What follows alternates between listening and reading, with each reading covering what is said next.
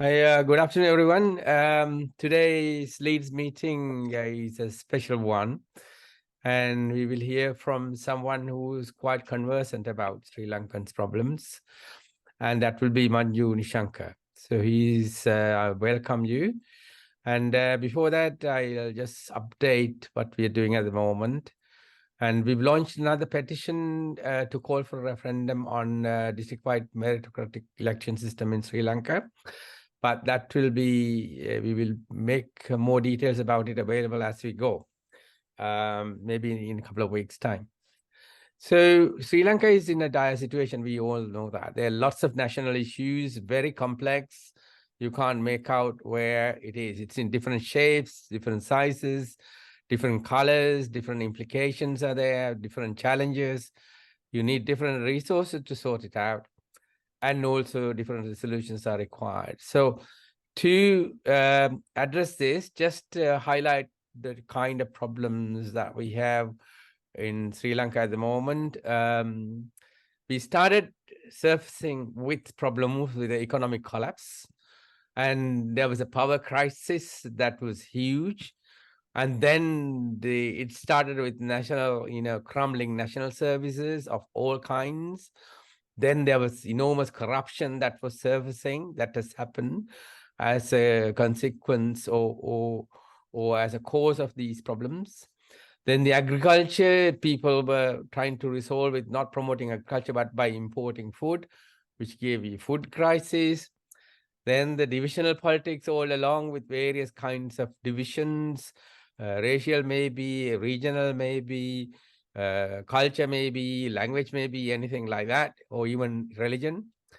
This has provoked a brain drain, and there are educational deficits at the moment in Sri Lanka. There's lawlessness and also a cracked democracy. So means that, the parliament is actually serving the people or not is the question. So today we have Manju Nishshanka, and then he's a political aspirant, and he will talk about the system changes, or even more, or even do a self-introduction about what he's planning to do or what he proposes to do. And I ask Dharme to make an introduction. I will stop here, and thank you, Manju, for joining.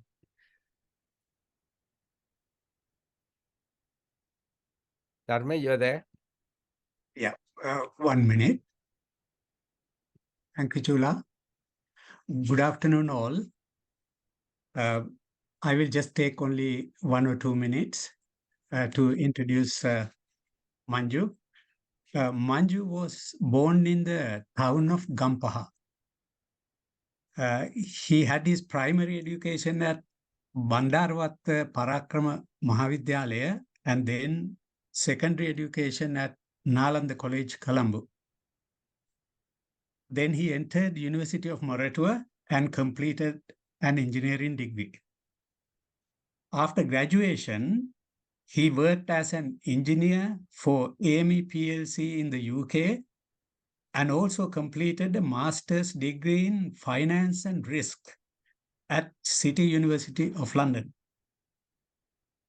Then he joined Bank of America Merrill Lynch in 2010 and became the Vice President of Investment Banking by 2018. With a successful career in finance, Manju has also completed a Global Executive MBA. Perhaps Manju could explain what is the meaning of Global Executive MBA later on. Manju is also a successful entrepreneur, mainly in the United States. He returned to Sri Lanka in 2020, and in 2021, he founded a think tank called Singularity Sri Lanka. Now he is leading Global Sri Lankan Congress, a political party to build a better Sri Lanka. Clearly, Manju has experience in engineering, finance, economics, and banking. With this short introduction to Manju's educational and professional background, I am inviting Manju to first briefly talk about his entrepreneurial work in the United States and then go to the main presentation, his plans for changing the system in Sri Lanka. Over to you, Manju, when you are ready. Thank you. Yeah, can I also say that you can use any language, Singaling, Hari, even Tamil expression is welcome. That's fine. That's at fine. any time. Yeah. No worries. You guys can hear me, right? Loud and clear? Yes, we Yeah. can. Thank you. Okay, sounds good. Yeah, thank you so much for Chula and Dharme for actually giving me the opportunity. Thanks to Brother Charles Thomas as well, because he was the one who actually made this introduction to Dharme. So I want to thank him as well. First of all, I need to apologize because I got a couple of minutes late because I was traveling last night and this morning, and then I just landed the UK this morning, and then actually I'm glad that Dharme called me a couple of minutes ago, because for some reason I was having a thought of it's going to be at 4 o'clock. But again, Dharme, thank you so much for by on top of the whole thing, and just like giving me the reminder. So thanks for that as well. Regarding first, let me answer to that Dharme's question about my global executive MBA. So global executive MBAs are those are like executive MBAs that's done by like a collaboration of multiple business schools in the world. So there are a couple of global MBAs, executive MBAs at this point, as far as I know. My one is a collaboration between London School of Economics, that's in London, and then NYU Stern Business School in USA, and then HEC Paris in France. So between like three prominent business schools. So the way it works is like it's global executive MBAs. They usually select the people who has more than like 15 to 20 years of industry experience at the executive levels. So mostly like CEOs, COOs, and then CFOs. And then the company owners, like entrepreneurs, those sort of people. And then the way it works is like it's like another 2-year program, MBA program, but they do that as like a module, as like modules, like 2 weeks modules. So they just do like 6 to 7 modules for the throughout the 2 years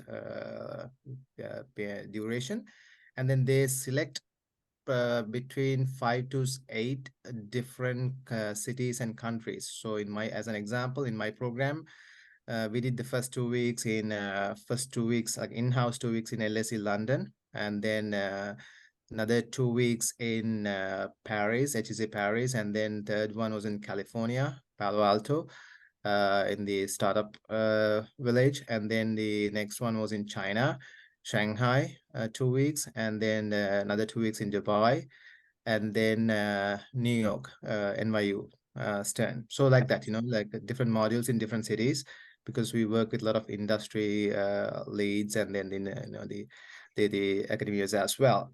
So once you complete all the modules, then obviously we have like a normal graduation. So it's like a typical MBA, but then the difference is we do it in different cities, and then obviously the students are mainly consist of like C-level executives in the global companies. So that's my one is called Triumph Global MBA. It's like one of the top 3, one of the top 4 actually at this point in the world. And then I think the one is leading right now is the one that led by the Columbia University in the USA. I hope that helps, Dharma, right? The MBA part. Okay, thank you very much. No worries. Yeah, so about my background, and then I just wanted to make one correction.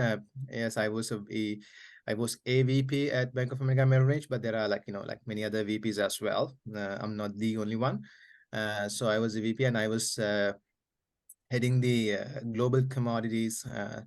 I used to cover the telecommunication and then financial institution as well. But then just before I left the company, I was heading the global commodities, oil and gas sales and trading desk at New York. So I think when I resigned, I managed to execute probably closer to $12 billion worth of transactions within 6 to 7 years. And my last transaction was closer to $1.6 billion, that for one of the oil refineries in the US East Coast. So that's my sort of a background. So as Dharma mentioned, like, I mean, I started my career as engineer, but then within 2 years, I became a commercial manager at Transport for London, AME PLC. And then I kind of figure out, I had a sort of like interest in the finance and economics. So that's why, like, did my master's in finance and then turned my entire career into finance through the investment banking. So then I became like a financier and economist, actually. And then I was very successful in my career. I mean, it's a very relative thing, but then I thought, I was successful. And then in 2018, I resigned. I mean, I left my investment banking career and started my own investment advisory arm in the US. And then after doing that for probably around like 1 or 2 years, there was like a moment in my life, I was thinking, okay, what's next moment? I mean, obviously, again, like, money is like a very relative thing, but then I was like, quite okay with my finances. And at the same time, I was very happy with my career as well, because I became like one of the youngest vice presidents in one of the best investment banks in the world, which is Bank of America Merrill Lynch. But then obviously I was thinking, I mean, it does not necessarily give you the happiness that you need, that you're looking for. And then I was thinking of, what should be the next in my life. And then I was thinking, I mean, I've been out of the country for almost like 2 decades. So why don't I do something for my country, just as a volunteer, I mean, just like maybe share my knowledge or give something back to where I come from, right? So that was a whole starting point. And actually during that time, I mean, before that, I was not actively involved in any politics in Sri Lanka at all. I mean, I didn't even like, I mean, I didn't even travel to Sri Lanka that often, maybe every 3 to 4 years, maybe like once every 3 to 4 years, just to visit my mom. That's about it. But then once I started thinking about Sri Lanka, then obviously there was a time the Gotabaya Rajapaksa was uh, came into power. That was in 2019. So then obviously everyone was saying, like, even like he invited the global technocrats to come back to Sri Lanka and give something back to the country, right? So there was like an open sort of like blanket for all these, like, like people who performed in their industries at the global scale. So I also got an invite through one of the government officers. And then after that first invitation, I actually submitted a proposal called Sri Lanka 2025, mainly focusing on attracting FTIs, not FDIs.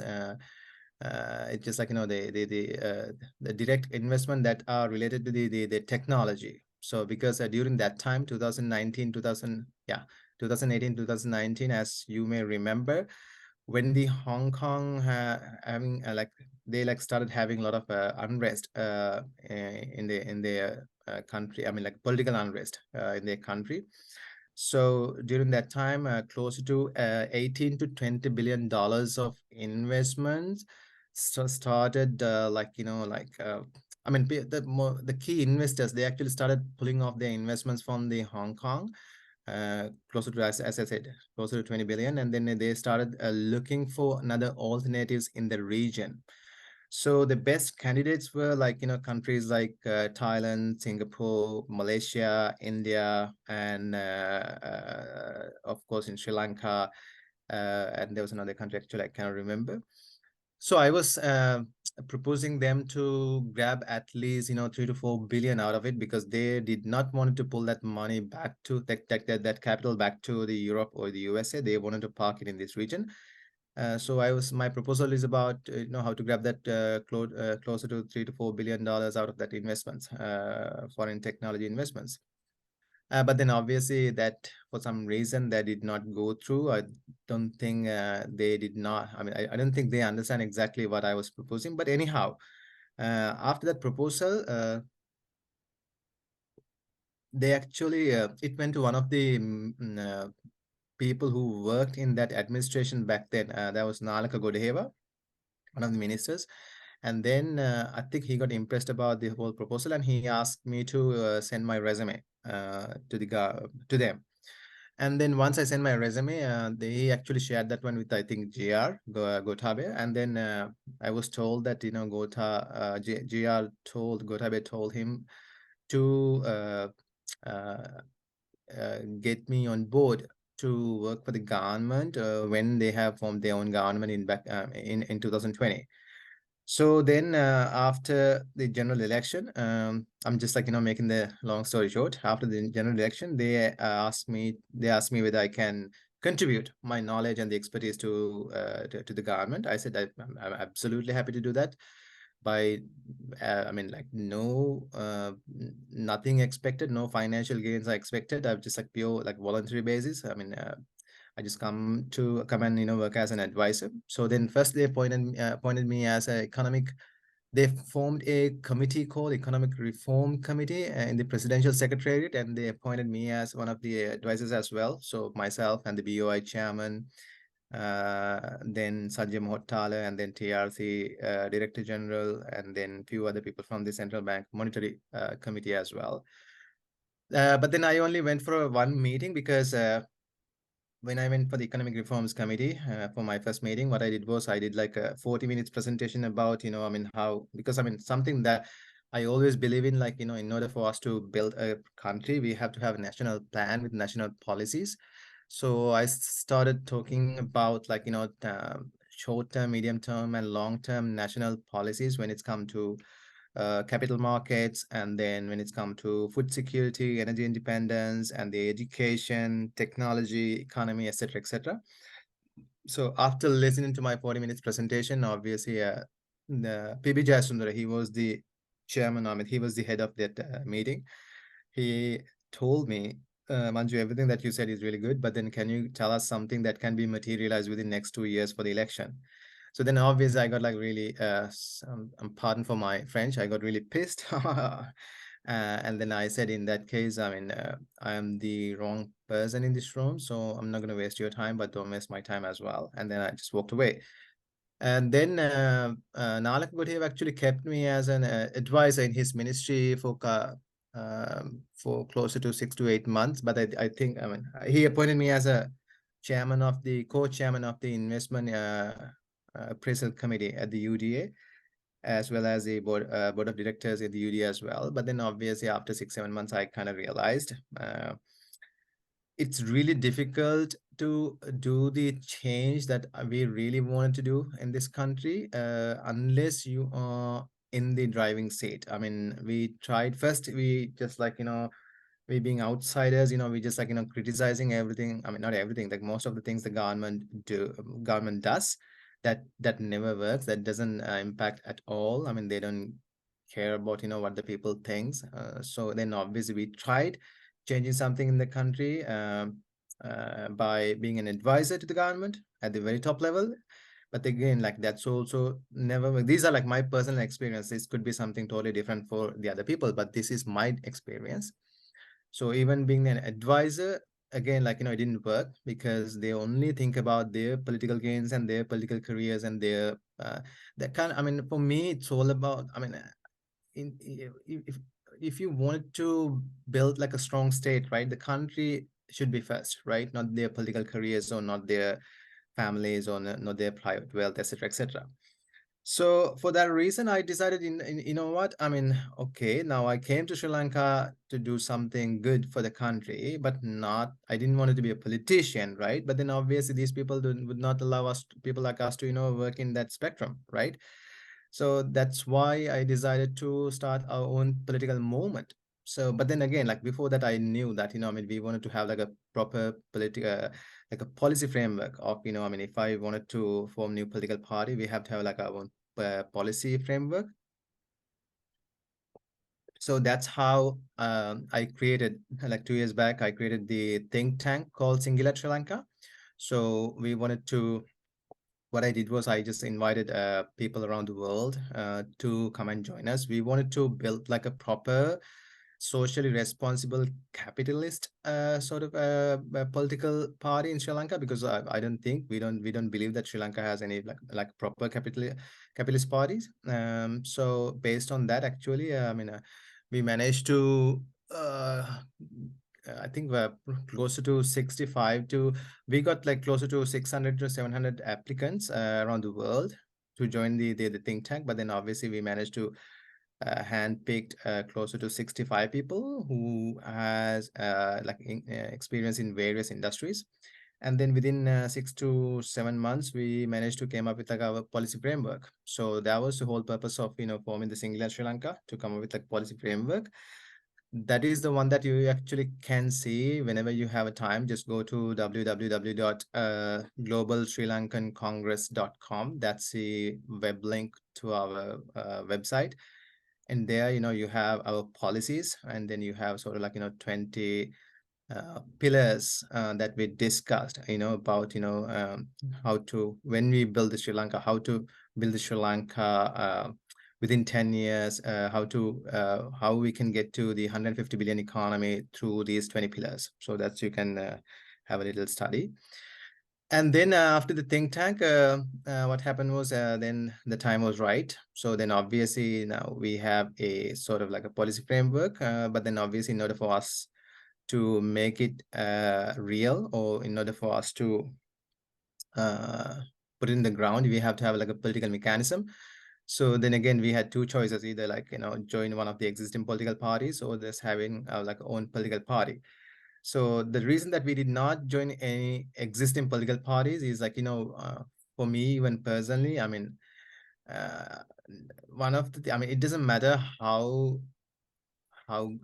great you are, or it doesn't matter how great things that you are planning to do. Unless you have like unless you believe in like the law and order in your country, or unless you believe in like zero corruption, there is no way that you would be able to achieve what you wanted to achieve as a state, right? Because that we have seen not only in Sri Lanka, but so many other countries in the world as well. When the corruptions go out of the once it hits a ceiling, it's going to be very difficult to have like a proper like a development in any areas, not only in economy, but in any other social political areas. It's going to be very difficult to have like a prosperous, or like a meaningful sort of like a progress as a society. So I don't believe like almost all the political parties in Sri Lanka, I don't. Yes, some political parties talk about the law and order and the zero corruption, but then when it's come to the economic policies, those are like very weak, or those are like very outdated ones. So for that reason, we have decided to start our own political party, and there was another reason for that. If I was talking about having a new political party, maybe 2-3 years back before the COVID, then obviously it's going to be like sort of like a joke, because in a country like Sri Lanka, there's no way that people would embrace a new political movement. But fortunately, right now, even in the ground level, even in the villages, right, thanks to the I know it's a sort of a blessing, as well as it's a curse as well as a blessing, the economic crisis that we've been facing. So for that reason, even people who live in villages, they also know that something is wrong. They don't know what went wrong, but they know something went wrong. And because of that, they cannot put 3 meals on their tables every day. They cannot buy the education, the school supplies for their kids. They cannot have the medications that they need in the hospitals. So they know that something is not right, and they know the politician has a bigger role to play. That they understand. So for that reason, and they know that our existing political system and the political parties and the political leaders has screwed up the whole thing big time, right? This is not in not in Colombo, Gampaha, Kurunagala, Kandy. I'm talking about in Madavachi, Anuradhapura, Kahatagastigile, even the village areas as well. So for that reason, they are like actually willing to embrace a new political movement, but they don't know what it is, right? Even the research done by the IHP, they actually their statistics were, if I'm not mistaken, 24% was there for SJB and 23% was there for the NPP. But then there was a bigger chunk, like close to 30%, that are undecided at this point. That this was like end of July, and this number is gonna get bigger and bigger as far as far as I can see. So that means there's a big vacuum in Sri Lanka for a new political movement. I'm not saying that is going to be us, but then obviously there's a need in this country. People are like dying to have like a new political change in this country. So that was one of the reasons actually we also decided to have our own political party with our political leadership, because we don't think what we're proposing is what we propose. I mean, we try to even like pitch some of our ideas to the other political parties, but then our feeling was they there are two things. I mean, first one is like they don't try to understand what we try to say, and then I don't think they can understand what we're trying to say, because most of our policies and the sort of like the ideologies that we talk about is based on the future, not based on the past. So we take the future markets into the consideration a lot, most of the time. As an example, right? I mean, okay, so most of the people say, okay, we're gonna double our economy in 10 years time, but then obviously you have to tell how, right? How are you gonna build, like how are you gonna get from 75 billion economy, $75 billion economy to 150 billion? I mean, what's the exact steps, right? What are the short, medium term and long term steps exactly? So like that, we have sort of like a proper vision and proper planning, uh, uh, like when it's come to short term, medium term and long term, and then we know exactly how to and when to get where, right? So this is something that we propose even during the Aragale as well, because in Sri Lanka, everyone knows the problem, right? I mean, even if you go and talk to a very rural, like village in very rural area, they would tell you exactly what are the problems. But there are so many people who actually talk about the problems, but then no one talks about the solutions. So this is one of the key differences between ours and the other political parties, because we always try to be like a solution oriented party. So this is why during the Aragale time in 2022, I think it was May 9th, if I'm not mistaken. Sorry, it was May 5th, 2022. We organized a event called Path to Recovery Sri Lanka, and then we invited all the mainstream political parties, not the one in the government, not the POHUT or UNP, but we invited the SJB, NPP, and the 43rd Brigade and ourselves. So we that was held in Goldface Hotel, and then we told the other parties also. I mean, just tell the people, the audience, that what are your solutions? Like, what are your short-term, medium-term, long-term solutions for this crisis? And then we did the same. You can find those presentations in YouTube as well. If you Google like Path to Recovery in the YouTube, Path to Recovery Sri Lanka 2022. So I mean, even back then, like we were like very clear about, what should be our solutions, even like for the short term, medium term, long term. As an example, during that time, right, one of the prominent the issues, pressing issues was the fuel crisis, right? So what the government is doing right now is like like shrinking the economy, right? Obviously they started doing the coupon sort of like the coupon method, right? So then obviously everyone can consume like maximum 12 liters 20 liters per week, and then obviously industries have certain limits as well. By doing so, I mean, obviously, yeah, they managed to like get rid of the lines, but then what happens, at what cost, right? I mean, the economy has got shrink from closer to 11%, right? It went down from $82 billion to $74 billion within 9 months, right? And these are not like cyclical changes in an economy. These are like structural changes. Like these when you have like a 10 to 11% shrink in your economy, that means there are certain industries that are like like leaving your country for good, right? So there are certain industries that are that's going to get impacted like structurally, that they won't be able to recover, because during that fuel like coupon thing, what happened was like most of the SMEs, Sri Lankan we know, like, 55% of the Sri Lankan GDP is run by the small and medium enterprises, SMEs. And 94% of the SMEs got hit really bad within during 2022, and then even the first quarter of 2023 as well. And as we know, as we all know, the most of the apparel the companies, the garments industries, and they actually leaving Sri Lanka for good permanently, right? They're like relocating, they're not relocating, they're locating their main warehouses and the factories, etc., to Bangladesh, Vietnam, and a few other countries in the region. And they're not going to come back because everything is very expensive. Everything is very, supply chain is extremely disrupted in Sri Lanka. So for those reasons, they won't come back. So what we proposed was to have a thing called crude intermediation. I mean, I'm not going to get into like nitty-gritty details of crude intermediation, but then how it works is like, rather than government is spending all their dollars to buy the crude oil, what happens is they create like a SPV, special purpose vehicle, that's going to be fully managed by a reputed global investment banks, like investment bank like Goldman Sachs or JP Morgan or Merrill Lynch, or etc., because they do this. This is not a rocket science, and it's a proven, tested and proven model in the entire world.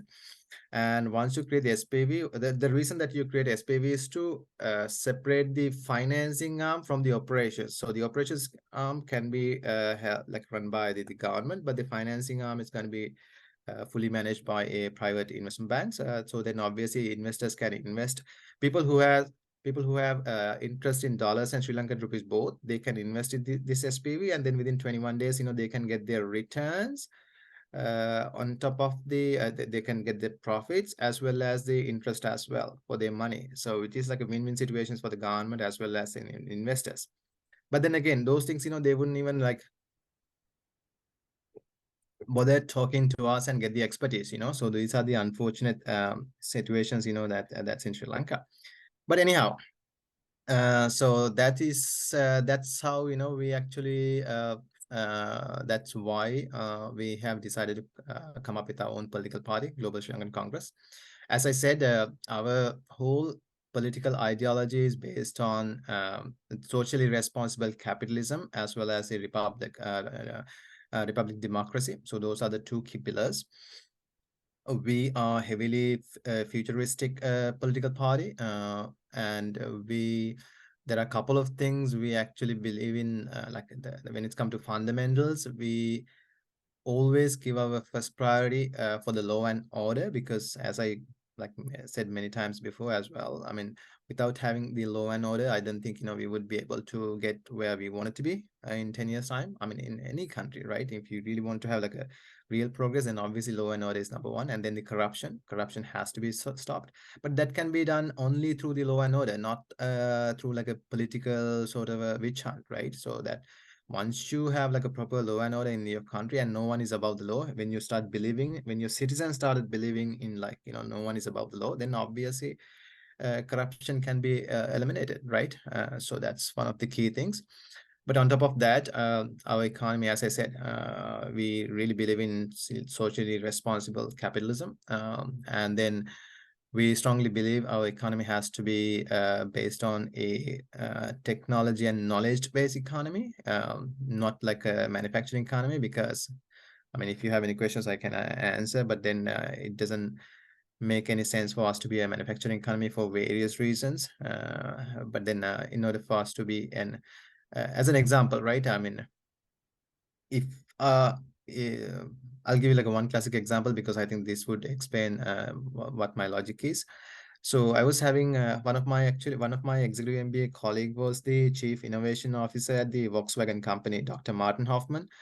So I don't know whether you guys can remember back in Yahapalani government time, I think there was a rumor said, the Volkswagen company is going to come to Sri Lanka to start an assembly plant in Sri Lanka, right? So I was having that discussion with my friend Martin, and then I told him Sri Lanka there was a rumor saying that they were planning to put like a assembly plant in Sri Lanka, and he laughed and he said there's no way that the Volkswagen would come to Sri Lanka to start a assembly plant, because for two reasons. One is all the assembly plants in this region are based in China and then India, and I think there was another country I cannot remember. And he said, their manufacturing skills are like at least 25 years ahead of Sri Lanka, so which is very true. And then we don't have the right volumes, and it's come to labor, right? I mean, we're talking about like India 1.4 billion, China 1.3 billion, Malaysia another closer to 200 million. These are in hundreds of millions of labor in their countries. So in Sri Lanka, we only have 9.6 million labor force, and out of that 40% does not necessarily participate in labor force. So we're talking about closer to 6 point, very very small labor force. So it's going to be very difficult for us to be a manufacturing nation or manufacturing economy. So what he said was, why don't you guys focusing on like the technology? Because he asked me, I mean, you guys have like good software engineers, right? And I said yes. So then he actually reminded me, like if you look at the top 10 automobile companies in the world right now, like the Volkswagen and then the Tesla and then Toyota and then Mercedes, these companies collectively they're going to spend closer to $300 billion within 3 years, between 2022 to 2025. Within 3 years they're going to spend 250 billion to $300 billion only for the research and development, not to manufacture cars, but only for the R&D purposes for the autonomous vehicles, right? So these are like software developments for the autonomous vehicles. So they said, why don't you try to work with these companies and then, start doing R&D centers in Sri Lanka? Because India has started doing R&D centers for the autonomous vehicles back in 2019 or 20 with it's a collaboration between the Indian government and the Volkswagen company. So like that, I mean, if we manage to get like 1 to 5% of that whole the market space, right, that's going to be a couple of $1 billion, right, for a short-term basis, right? So those are the things that we need to focus on. So what we strongly believe in is like, okay, we talk about putting $150 billion economy in 10 years time. So in when you say something like that, you need to know exactly where it comes from and how you get there, right? So we know, I mean, if you look at the global economy as of today, as of like, end of 2022, the global economy is only like not only, sorry, the global economy was like, $94 trillion, right? Within next 6 years, it's going to add another 25 to 30 trillion dollars to the global economy. So by 2027, 2028, the global economy size is going to be closer to $125 trillion. So that's going to be like, that's right off the bat, closer to 25 to 30 trillion dollars, right? So 90% of that new GDP come from technology driven industries, more technology driven sectors, right? So which means, like closer to $20 trillion is going to add into the global GDP through the technology driven industries. So which means we have to heavily focus on the technology. So that's why we also believe in like, technology and knowledge based economy, because obviously, I mean, in order for us to get into the technology space, we have to have a solid foundation with the knowledge. But then obviously when it's come to knowledge, I mean, you have to have R&Ds, because I mean, that's the only way that, you can create the knowledge, right? Through the proper research and development. So in order for us to have like a solid R&D, then we have to have like a proper university system, because right now, unfortunately, whether we like it or not, our universities has become like schools, right? I mean, we don't produce any R&Ds anymore, unfortunately. Even like during my time, like 25 years ago in University of Moratoa, right? We were like, just robots doing all the like, was like very taught oriented one like lessons. So we were like being like I didn't feel like I was in a university. I was like I felt like I was in a school, right? So unfortunately that system has to, I mean, that's got to be changed, right? Otherwise, without doing proper R&Ds in your universities, it's going to be very difficult to produce the knowledge that you wanted to your country. So that's why we believe in like overhauling the entire education system in Sri Lanka as well. So like that, I mean, we have proposed so many different things when it's come to energy independence, when it's come to food security, when it's come to capital markets, when it's come to healthcare, et cetera, et cetera. But our sole aim is to build a solid, like a technology and knowledge-based economy within 10 years. And then we wanted to, as when it's come to a number, we just wanted to get closer to $150 billion, $150 billion GDP within 10 years through the proper democracy, and then is through a socially responsible capitalism. The reason that I always use social responsible capitalism is because unfortunately, after 1977, I mean, especially after the JR's economic policies, right? I mean, people thought that was the proper capitalism, but that was not, because after JR's era, what happened was it was pure like mostly like the crony capitalism. So which means, like a couple of politicians, make their couple of friends as a big, and they make a couple of their friends like as businessmen, and then obviously they just like scratch each other's back, right? So that's what's been happening for the past 30 to 40 years. So these are like pure crony capitalism, not like a proper socially responsible capitalism. Because if you wanted to implement proper socially responsible capitalism, then obviously you have to strengthen the market, right? You have to have a free and competitive market. That's a number one. But in order for you to have a free and competitive market in a country, you have to have the law and order first, because that's where the world is heading, right? Without having the proper law and order, that you won't be able to establish a free and competitive market. We don't have free and competitive market in Sri Lanka, right? I mean, if you look at any sector, any industry, any capital market, any capital flows, debt capital market, equity capital market, those are not free and competitive, unfortunately.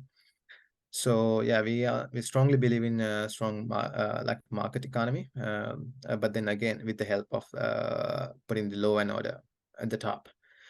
So I think I spoke closer to 40, yeah, maybe like not 40 minutes, but I mean, I rather go with the Q&A as well. And then, I mean, if you have any questions about any particular areas of, what we discuss when it comes to our policies or even our political mechanism, etc., I'm more than happy to answer. Just before I hand over the stage to you guys, regarding our political movement. So for the first 12 months or so, what we did was actually we put a lot of content out of of what, as a global Sri Lankan Congress, what we are trying to do, what are our policies. So that's what we've been discussing in the online space.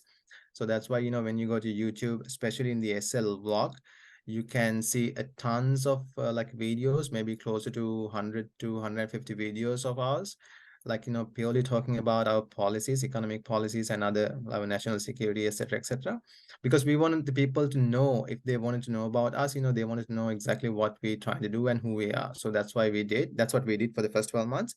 But then obviously politics is not that. You have to go to the ground. So now we actually started going to the villages as well, because now we have started putting our political structure, the framework together, like recruiting the people in the district levels and the Gram Niladhari level, etc. We actually started doing village sort of campaigns as well, starting from last month.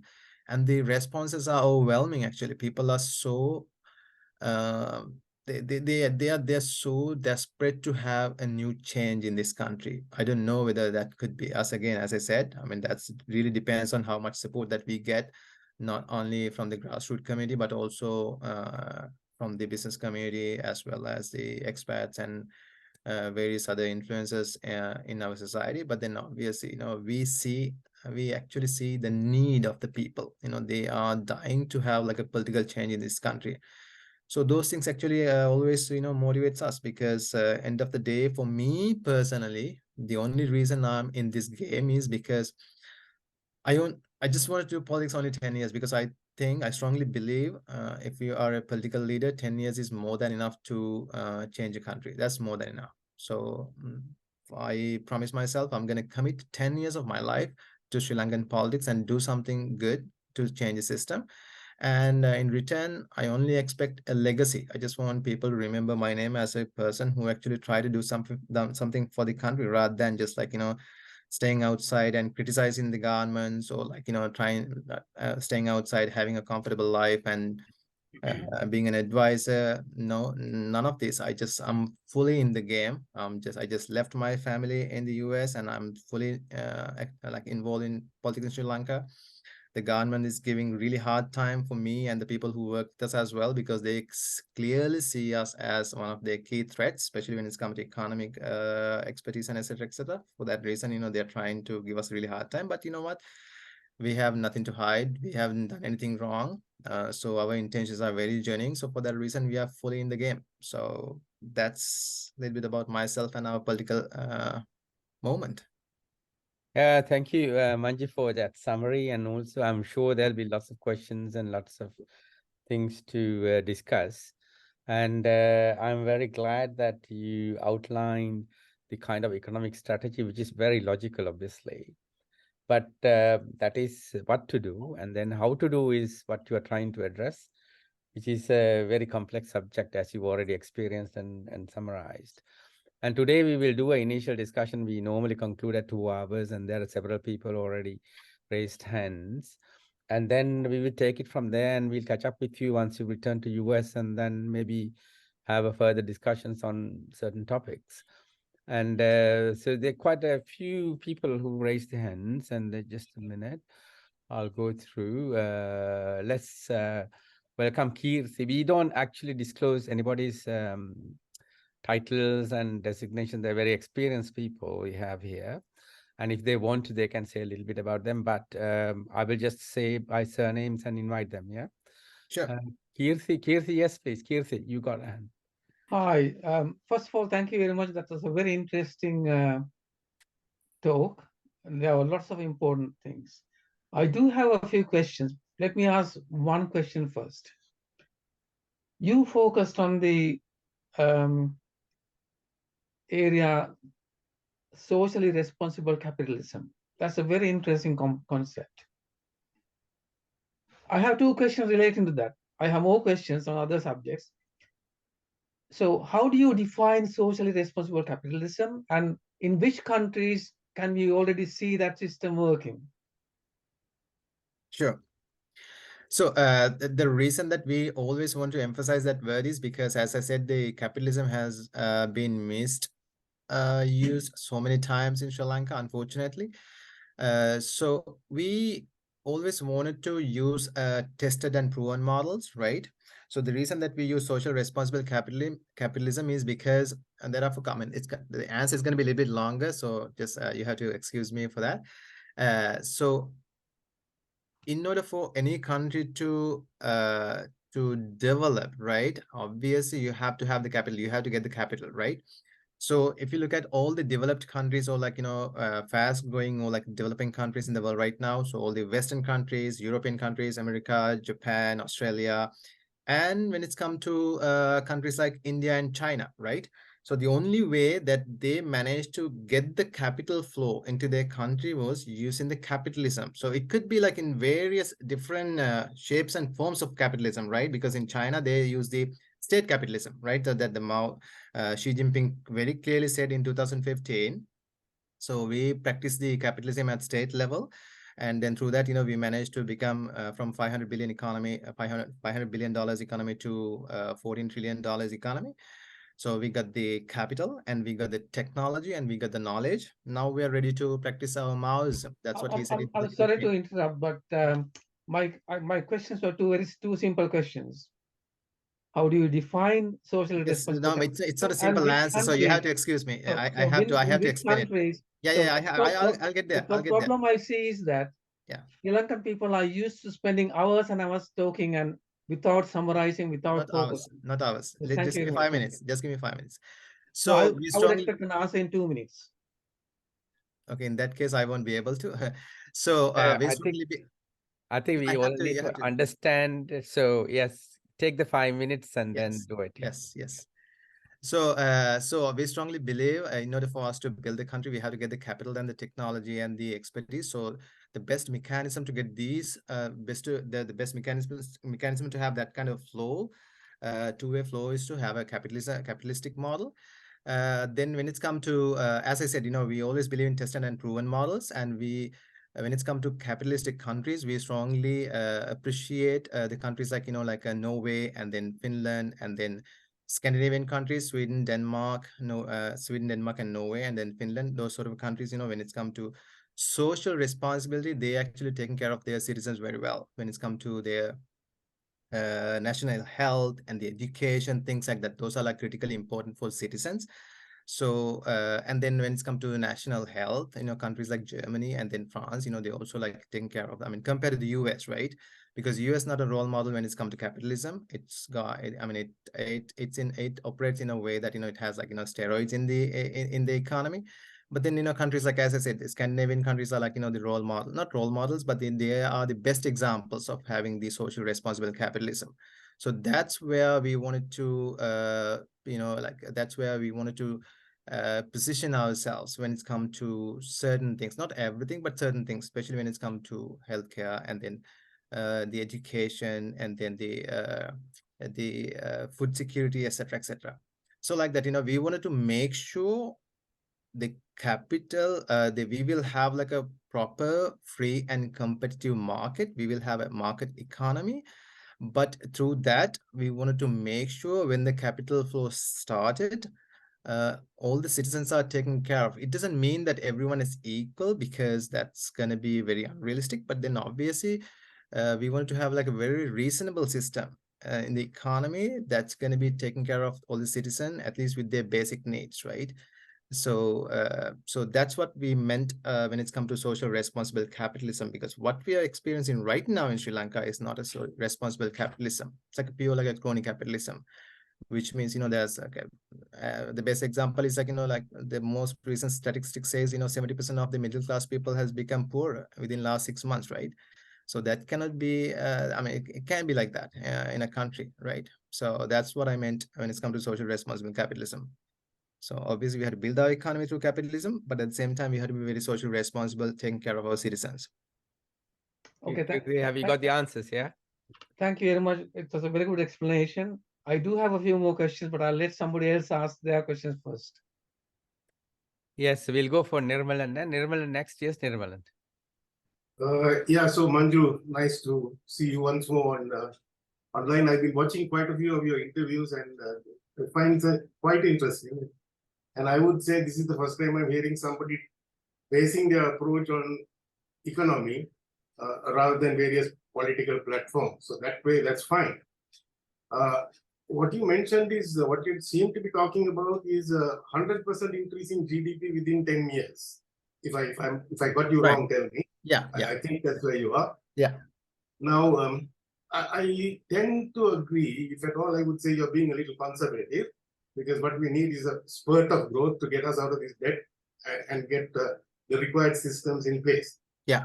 So fine, that far is fine. Then my question is, now a large amount of capital is going to be required for this. A very strong inflow of capital, I would say. And that capital probably is going to have to come from the rest of the world, because I honestly don't see that kind of capital lying around here. Yeah. That's also fine. But then, in order to bring that capital in and to host that capital and to give that capital the confidence it requires to base itself here, certain things have got to be done. Yeah. Certain things that remove the current instability and actually make it possible for a stable, somewhat stable economy, or dynamic but stable economy to be generated here. Yeah. Now, tell me, what do you see as the main thing, or let's say the first three main things that have to be done in order to bring that kind of stability to Sri Lanka, which will make it quite comfortable for a foreigner who knows very little about this place to come in as an investor. Yeah. So I can answer to that question from an investor's point of view as well, because I mean that was my previous life, right? So I was an investment banker. So this was like a very relevant question for me actually, and it's a very valid point, a very valid question as well. So when it's come to a country, right, in order for us to get the capital flow started, right, the first thing we need to focus is the investor confidence. That's the number one. We have to re-establish the investor confidence, right? I mean, when it's come to objective, when if you try to objectivize that one, obviously you can talk about the country's risk rating, but then obviously you have to build the investor confidence, right? The first way of building the investor confidence is having the proper law and order system put in place in your country. Because as far as I can remember, right, when I used to work as an investment banker, we get the risk reports for all the countries in the world, and then Sri Lanka is at the very bottom, right, top, I would say, like, last 5%. So the risk rating for the Sri Lanka was around like 8.5 or 9 out of 10, right? So which is like, no, absolutely no, it's like a junk status, right? So that's based because of the political risk and the sovereign risk, right? So those are the key risks that we see as an investor. So for that reason, we would not recommend anyone to invest in Sri Lanka. I'm talking about even back in 2015-14 time. So we have to establish that investor confidence. And how do you do that? That's the most important question, right? So the number one, again, like, when we analyze the risk of a country, we first of all, we analyze the law and order. I mean, whether is it properly established, whether the function, whether they have the checks and balances, right? Because nowadays, it's not just the capital that they invest; they have so sort of like a stakeholder responsibility as well when it's come to when the capital comes from like accredited institutions. So they have sort of like a social responsibility.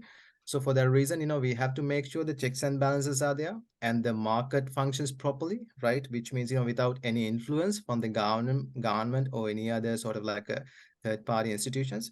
So in order for that to happen, again, like as I said, the law and order is the number one thing. And then with that, the corruption, the corruption is also like one of the key factors that we as an investors we're looking into, right? I mean, if there are because reputational risk is like one of the key things nowadays in the investment field. So they don't want it to, because I can remember one example. So there was one incident. Uh, we were asked to do like a big investments through a Russian company to one of the Venezuelan company, not Venezuelan, sorry, one of the Ecuadorian company back in 2018 through Bank of America Merrill Lynch. But then it was a very solid investment. All the capital and everything was very, I mean, it absolutely 100% cleared. But then the only reason that we didn't do it because of the political risk / the corruption in that country, right? So with that, I mean, we have to those are the key things that the investor is going to looking into, because they wanted to make sure when the capital flow started, right? I mean, what we need to understand is nowadays, as you very rightly said, the most of the capital actually comes from the western part of the world, like Europe and the USA and the Australia and Japan. So their stakeholders actually they are concerned, they nowadays they are actually concerned a lot about the well-being of the people as well, where the money where they invest the investor money goes, where the capital flows, and then obviously whether that actually help them not only to like do the business together, right, but also to empower their societies and the citizens, that whether that's going to help them to uplift their societies. So for those matters, I mean, again, law and order and then the corruption, those are the two key things that we have to focus.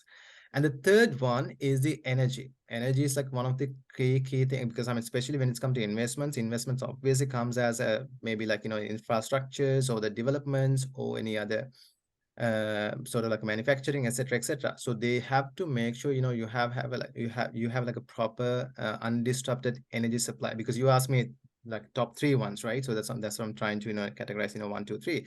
So the law and order and the corruption and the undisrupted energy, right? Because soon as again the classic example, right? I mean, yes, the most the current government, they managed to get rid of all the fuel fuel lines, right? But then obviously, as you know, it does not help it didn't help the government to increase the investor confidence and get sort of like a capital funding from the private institutions or the private investors. So even right now, we only get the help from the governments, right? G2G help from the Japan and from the India, right? But then the problem that we need to understand is, without trust in the market, right?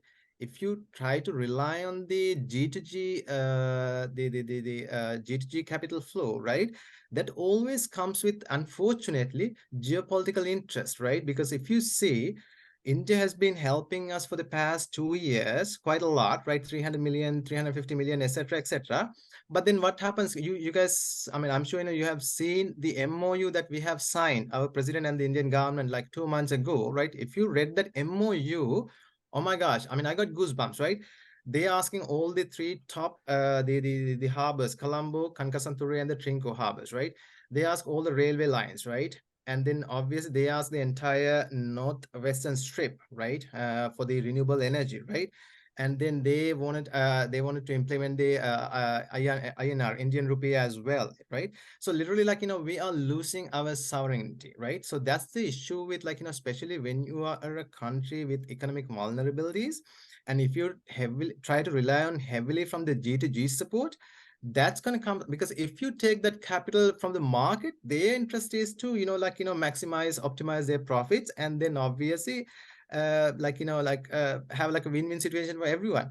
But when it's come to G2G transactions, right, it's not that, because their main motivation, especially with Sri Lanka, right, I mean, with India and the US and the China, right, they all wanted to have their own stake, right? So unfortunately, we had to be very careful.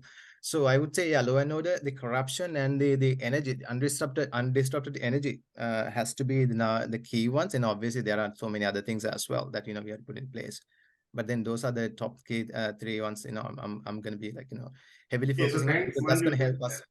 That was really great. You gave me a very good answer to those top three things. That's just something I want to tell you before we move on. Is I think you're the first person whom I've met in recent times, who's sort of addressing all the key issues that have to be taken into account. And Right. what I would really like from you is some channel through which I can be in touch with you to raise certain deeper issues which I would not want to raise here, because they have also political connotations and things like that. So if that can be made available, I would be happy to be in touch with you and contribute to your work in whatever way that I can. Absolutely, absolutely. We need people like you. Absolutely. For the Yes. So just to summarize, we've been working like in this platform for now nearly 2 years. The main problem is getting the law and order in place, and that's why we have now understood the kind of corruption models that we have in our election system that prevents us trying to get there. So that's why various petitions are taking place. Basically, it's an awareness campaign as well for the people. And just to, if you can, on the 1st of October, our meeting will be joined by the leading lawyers in the country, I believe, so that we'll have a discussion about getting the law and order in place. And so that's how we are going. So there's lots of things that we're also trying to do to get the groundwork right for this kind of vision to be in place. So and your work will be really valuable once we got the foundation correct. And Lakshman, you raised the hand, Lakshman. Yes, Lakshman. Thank you. Thank you, Manju. It's an excellent presentation, a lot of excellent ideas. So it's something new to this audience. I mean, it's a kind of a unique set of ideas. I have 3 basic questions. You can take maybe, I don't know, 3 minutes. My first question is, it will be not easy. It will be quite challenging to build up voter confidence in Sri Lanka for the forthcoming election, whatever the election. It will be extremely challenging. So I don't know what strategies you may have, because people remember during the last Gotabe election period, one Dr. Nagahanand appeared from nowhere, and you know what happened to him. Right. So I hope, I mean, with your solid background, I hope such a thing will not happen. And you will be successful in building up voter confidence, which is a must to start the process, number one. Number two, why should an investor come to Sri Lanka without going to Vietnam, China, India, and Bangladesh? Right? Number two. Number three, Sri Lanka has now your focus will be purely on high-tech, knowledge-based economy. What about Sri Lanka has a lot of quite unique raw materials. including agricultural products, graphite, which can be converted into graphene, 100-fold value increase, quartz, we are exporting at peanut prices. So these are unique in the world. We have plenty of them, and we are selling them at peanut prices because of this economic crisis. So those are the 3 questions, Manju. Right. Yeah, thank you so much, Lakshman. I think those are very important and very interesting, very valid questions. The first one is election strategy. Yeah, you're absolutely right. I mean, especially for a new political party, especially with like a sort of like I mean, you know what the political literacy in Sri Lanka, right? So with that, I mean, yes, it's a daunting, it's a challenging task. But at the same time, we really wanted to do the right thing as well, because as I said, if we wanted to be just like another politician, honestly, I mean, even like myself, I had so many invitations from other parties, and they asked me to come and join. But then obviously that's not, I just don't want to be just a politician. I just wanted to be a part of a team that's going to change this country. I mean, if the people are not willing to do that, that's okay. I mean, at least I tried genuinely, right? So, but then the election strategy, you're absolutely right. So how we say it, right? So in Sri Lanka, 85% of the votes are in the let me use these words and the terms like village votes, right? Those are the people who's actually, like votes, their votes are purely based on their emotions, right? But then there's like a 15% of the votes we call them the Colombo votes, or the urban votes, right? So those are the people who actually sort of like, rational, they're just not necessarily buying into stories, but they just wanted to, like people like you, right? The educated people or the professionals, right? They wanted to have like a they wanted to have like a more than story in order for them to vote. There were certain incidents, they were like a bit emotional as well when you look at the election patterns in Sri Lanka. But then what we've been doing for the past, again, as I said, for the past 16 to 18 months was like educating this 15, only the 15%, right? Because that's our main media was the information flow was through the YouTube channels and the Facebook and the social media. So we've been addressing them quite a lot, right? What we're trying to do, what our policies, etc., etc. And then we've been having a lot of meetings with the influential characters in Sri Lanka, like the top level businessmen and the social activists, etc., etc. So that sort of a layer, they right now they know us, they see us, and they can see what we're trying to do and what our policies are and what our teams and what our strategies. But then again, like when it's come to votes, obviously you have to win the rest of the 85%, right, which is the village votes. But the way it works in Sri Lanka is, right, I mean, typically that 85% actually, that if you look at the entire election history, right, that 85% is managed by a PR and marketing campaign, right? They don't need, I mean, they actually, they have no clue of, what other policies are. I mean, they don't want to know what the policies are. They don't understand what the numbers are. They just wanted to be part of a story, right? They wanted to have a sort of like a sense of belonging, right? So they, for that reason, we have to have a proper marketing and PR campaign, right? Usually that works in the last 3 minutes of the election when the election is called, right? I mean, obviously every political party, they like started their own political PR and marketing campaign. And then obviously, they through that political PR and marketing campaign, they managed to get their story into the ground, and then obviously convert that into the votes. But then obviously we cannot wait until the last 3 months, because obviously we are a new political party. So unfortunately, in order for people to believe in us, believe in our story, they have to know us. So that's why actually we started going to the villages, actually we started in last month. So we did a couple of villages in the Anuradhapura and Mathura as well, but then we have to continue to do so, because we have to have the footprint in the entire 25 districts. The rural water base is bigger. Critically important. But you know what, the really inspiring thing that I found out, because I mean we all think people only wants like in the Takarang and the Kakusupochi, when it's come to votes, right? But that's not the truth. It's because our existing politicians, whenever they go to the villages, right, those are the only things that they talk about. That was the issue, right? Because when every time when I went to villages, especially within like last couple of weeks, right, we never had such discussions with these political these village people, right? We had like a very uplifting and very like fruitful discussions, right? As in a classic example, I was in Anuradhapura last week in one of the villages, and then I told them, like, in order for us to empower you guys, right, we wanted to make sure the knowledge flows into your village, because right now the knowledge does not come to your village, right? But one of the key barriers is because you have the English barrier, right? Because whether we like it or not, like, 90% of the knowledge is based on English right now, right? So if we manage to, like, like, educate yourselves and your children in the English language, then obviously that's going to open up a lot of avenues and a lot of windows for you guys. You can have like you can be like a self like learner, right, through the English language. And they were like really appreciative about it. They said, we don't need anything, just like start a couple of English classes. These are like, like hundreds of people with like one voice. They just asking us to, start like a one English class for their children. And they actually even they wanted to go a little bit further. They said, I mean, can you just start English classes for our the housewives as well? Because I mean, those are also people, who wants to know, what's happening in the world, right? So they are like very progressive in that extent. So these are our typical politicians has put like a portrait saying, okay, these people only asking for this and that. And so just let me add one more thing, because these are very important things that you guys also should know, I think.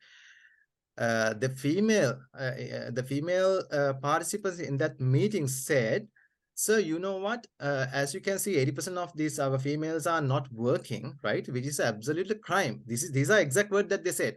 It's an absolute crime when it comes to the national economy. So why don't you help us? Like why don't you do like a small couple of like entrepreneurial workshops to us, right? So then we would be able to start our own businesses, right? Because right now we don't know how to do a business, like a proper domestic business, right? So if you can help us to learn something, we don't ask anything from you, no money, nothing. Just give us a training, and we will start collaborating ourselves. We will start contributing ourselves to the national economy. So like that. So sorry, I took a little bit extra No, time. I think I think it's all relevant. Yeah. Kirti, Dharma is also waiting. So can you make your question short? Yeah, Kirti. Yeah. I have two more questions. Yeah. Why already. invest? Second one, why investors is not why they have to come Sri Lanka, not Vietnam, not Malaysia? You are absolutely right. There's no reason for the investors to come at this point, as of today, as if the status quo remains. There's no reason for any investors, accredited investors to come to Sri Lanka. That's the short answer, because no such condition has put in place in Sri Lanka for them to come and invest, right? So we have to change. Yes. Simple And the as raw that. materials? Your point is absolutely correct. So what we are saying is our main focus is, because you have to have like a priority. So that's why we give us our priority to the technology, because we have to have like a huge boost into our economy. So that's why we are focusing on the knowledge and technology. But at the same time, obviously you are 100% right. We are focusing on many other areas as well. Like when it's come to like food security, like when it's come to the value-added services through our raw materials and in our services as well. Not only in raw materials, but in our services as well. Like in hospitality, we can do a lot of value-added services, right? So things like that. There are so many things that we are planning to consider. Yeah. Yes, Kirti. Yeah.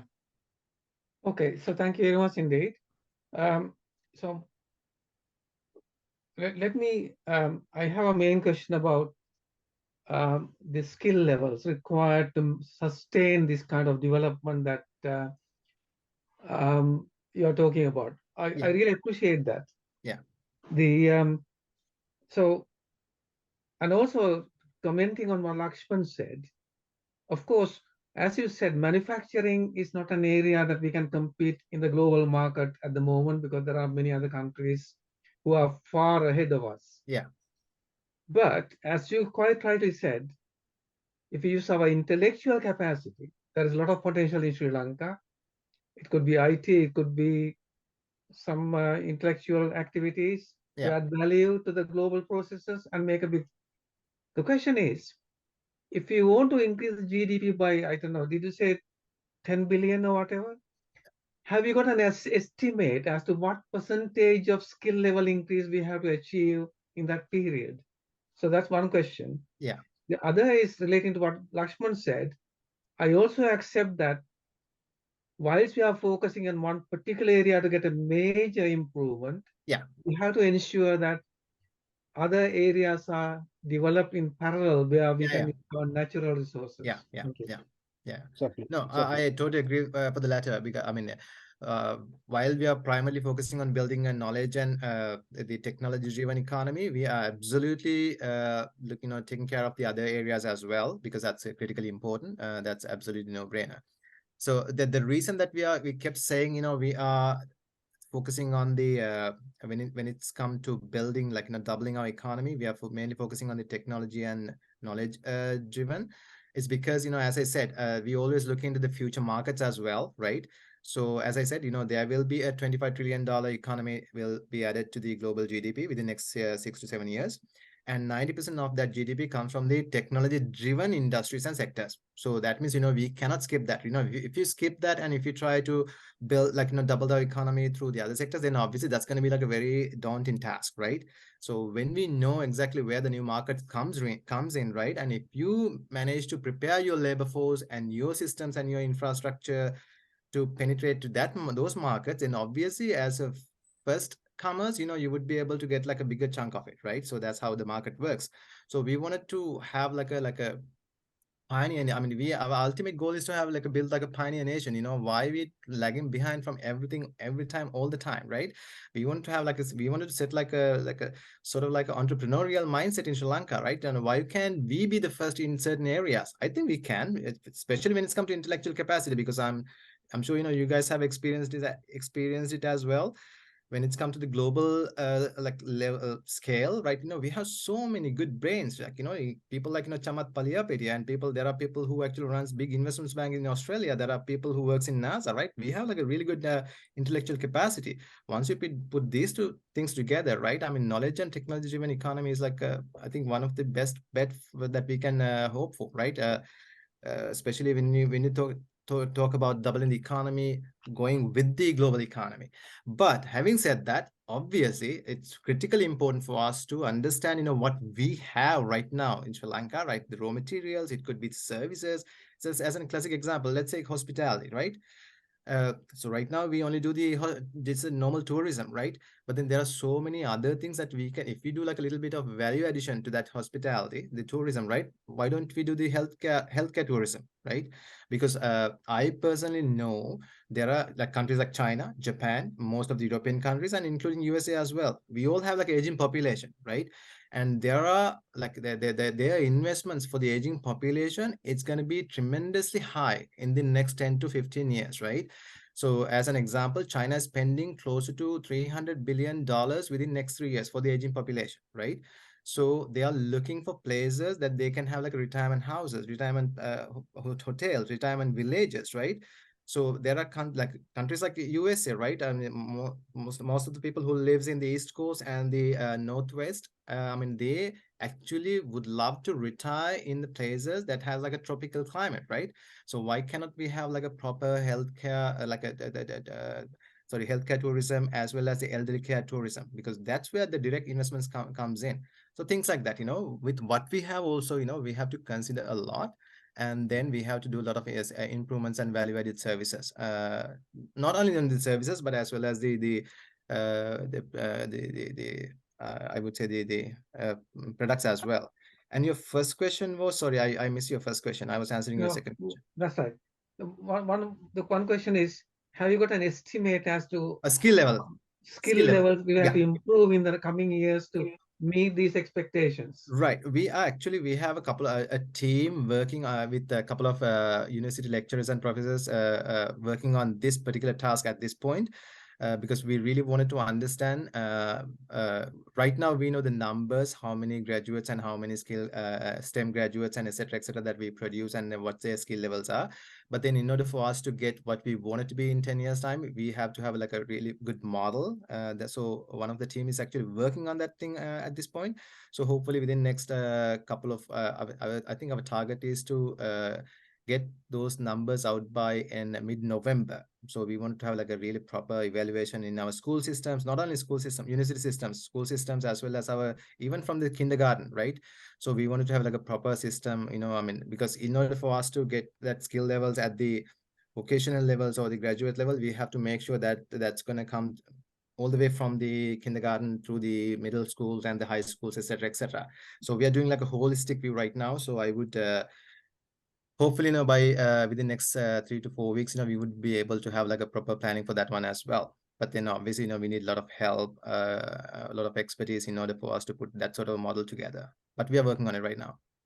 Okay, thank you very much. Thank you. No worries. Thank you. Thank you. Dharma, you got a question, Dharma? Yeah. Thank you, Chula. When I read Manju's biodata, I came across this. Manju, you have served as an advisor and board member to over 20 plus startups in the United States. Yeah. My question is based on that. Yeah. Now you're thinking about technology and knowledge-based society, a lot of R&D, research and development. Yeah. When we have a lot of research, even now we have good research projects in the country, we need to go for scaling up and then commercialization. We need a startup company for that. Yeah. As like Lakshman mentioned, we have raw materials like graphite, quartz, and phosphates. Yeah. And to for the value addition, we need startup companies. Yes. So with that experience you had in the United States, what would you do in Sri Lanka to develop that area? Yeah. To start up companies in the country? Yeah, no, that's a very good question. So this is what we talk about in our policies, entrepreneurial sort of a culture. So that has to, honestly, until that happens, until as a nation, we rise up as an entrepreneurial nation, there's no way that, we would be able to achieve what we are trying to achieve, right? Because that mindset has to be there, entrepreneurial mindset. But then obviously that is not something that you can teach in the classroom, because people sometimes think if they teach that one in the universities or the schools, the entrepreneurship, that's going to help us to build like entrepreneurial nation. No, absolutely not. What you need to do is you have to set up the ecosystem, right? I mean, entrepreneurs are the people, they don't want a lot of help. Entrepreneurs are the people who actually find the problems and then they find the solutions, right? They have that DNA in their self, right? So what we need to do is we have to set up the ecosystem, right? Which means the capital, number one, right? We have to have the proper capital flow system in this country. And at the same time, we have to have the technology and the knowledge, right, in the expertise. And then the most important thing is the market access, right? So either you have to create new markets, or you would be able to get the access to the existing markets, right? Those are the critical components, right? And then obviously scalability matters as well, especially when it's come to startup, right? It doesn't matter how good your idea is, right? Unless it's a scalable idea, then obviously it wouldn't work, right? So those things that's comes into consideration as well. So again, just get back to your point, how we are putting a like entrepreneurial system collectively in this country, right? So the first thing is obviously, as I said, right, throughout our universities and then our schools, middle schools, high schools, we have to have so right now it's a very like exam oriented and taught oriented sort of a system, right? But then obviously we have to have a certain modules and certain systems like in non-linear or like informal teaching systems to improve the entrepreneurial skill sets, right? Obviously we have to encourage students to do a lot of innovations and the research and development, because those are the critical components. Because entrepreneurial system cannot be built until you have a solid knowledge base, right? Because entrepreneurs always comes, they build certain things based on the knowledge, right? So in order for you to have a knowledge, you have to have the R&D, right? So that's why I keep bringing this R&D thing together. But yeah, so the education system has to be changed. Number one, I'm just telling you the things that we have to do in the country, right? So education system has to be changed. And then the second thing is, even though, okay, let's assume now people are getting their skin in the game, and then people start thinking about the entrepreneurial mindset and etc. But then how it's going to take care of itself, right? So the second thing is the capital, right? So we have to think about when it's come to capital market, you have the equity capital market and you have the debt capital market. So right now Sri Lanka, there's no equity capital market. We have debt capital market, but that's also very traditional and very conservative, right? So, and it's only oriented for the established businesses, not for the startups, right? So we have to again reevaluate the whole the capital market system in Sri Lanka. We have to build a proper equity capital market in Sri Lanka, because especially when it's come to startups, debt capital market is not the way to go, because debt capital market is always suitable for the mature and the saturated companies, right? But when it's come to startup companies, equity capital market is the key. Angel investors, venture capital, private equity, those are the critical, those are very critical things. So we have to have, as a government, we have to do certain incentives and investments to boom this sort of equity capital market. So that's number 2, because that capital has to come, because especially when it's come to startup stage, the risk is humongous, right? I mean, debt capital market cannot take that sort of a risk. It only comes with from the equity capital market. So that's number 2. And then the technology, sorry, I mean the infrastructure, mainly the internet, because I mean, in order for you to do any sort of I mean the entrepreneurial sort of like a system, you have to have like a proper the data mechanism in this country, right? So the infrastructure, when it's come to infrastructure, I'm talking about the telecommunication and the internet. So that has to be established properly, has to be very competitive. It has to be, because right now even in Sri Lanka, it's like a luxury. Having internet or having telecommunications facilities is a luxury, but it cannot be like that. It has to be a commodity. Anyone could be able to afford for like a basic undisrupted the internet and the telecommunication. So that's number 3. So those 3 has to come together: the capital and the infrastructure, as well as our education system. So once we put those 3 things together, then obviously, like people would, when they come out of the universities or even the schools right now, they would come out, because I mean right now with the help of the internet, I mean the knowledge is in your fingertips, right? Obviously, people can do their own due diligence and the research and etc, and then they can get connected to the world. And even for the market access, I wouldn't worry too much, because as an entrepreneur, I mean, you're supposed to find the market. That's what we do. That's as a startup or as a startup person, right? I mean, as an entrepreneur, your job, your duty is to create a new market or find new market. So you don't have to worry too much about accessing the markets. So that they can do when the other things are put in place. So that's going to be our prime focus. Very Really, good. the Thank capital you. capital required is the most important one for, Yeah. like in Yeah. US. Yes, thank you. Thank you for summarizing all that, Manju. So I think Nirmalan has got another question. Yeah, that's right, Manju. Nice going, actually. I'm enjoying this. But to get back to the high level, the sort of overall flavor that I'm getting is something like, we have the ideas and you have the money. Come in with your money and we are ready to go. Right? That's just the flavor, and that's just a statement. It's not really a question. The question that I have is, Manju, the question of human resources. Now, are we going to rely totally on Sri Lankan human resources and to try to, manufacture enough? I don't think we can do that. We need to race ahead. We don't have time to manufacture the high-level human resources that we require for this job. We're going to have to invite them in, whether we like it or not, which means massive cultural changes. People have to like to come to Sri Lanka and like to work here. They've got to get adequate remuneration. They've got to be able to take their money out wherever they want. So this is a huge challenge, the way I see it, sitting out here in Sri Lanka. And how do you propose to address that? Thank you so much, because I think you made my closing remarks. No, you are absolutely right.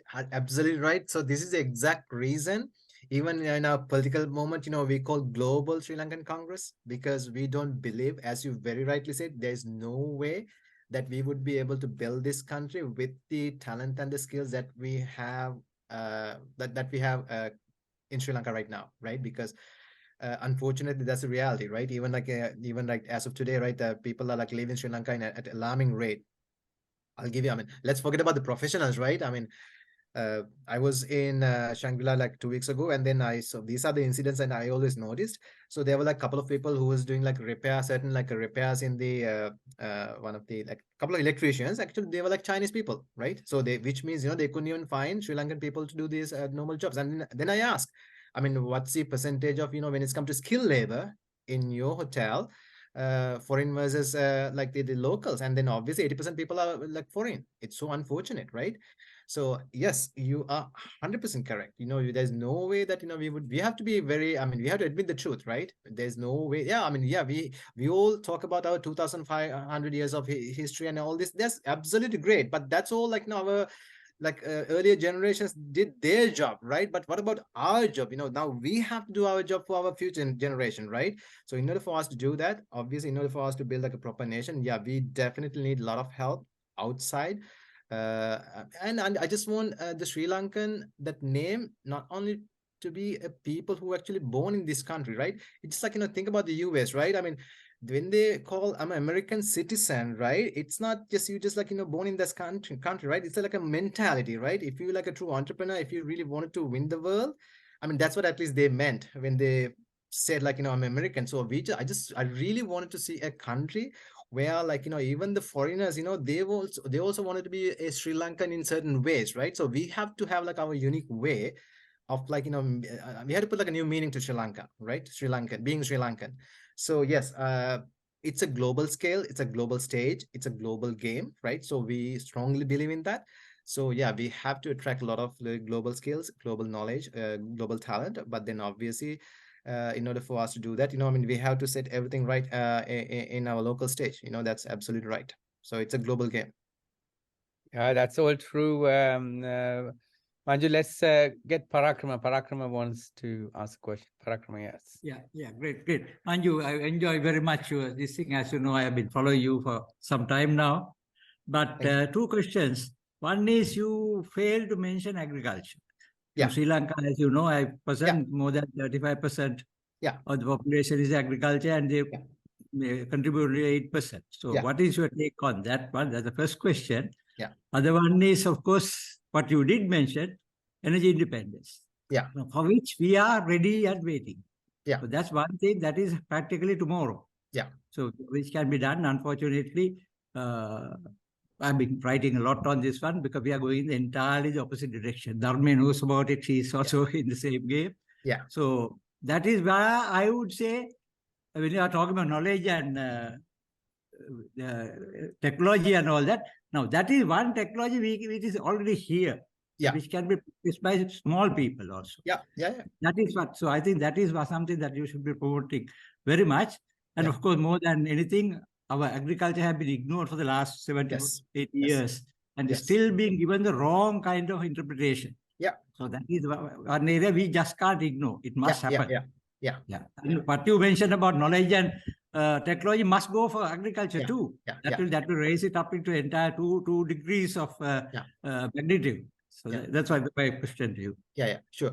No, it's a very important question. And I mean, I forgot to mention about it, but then we never forget about that in our policies.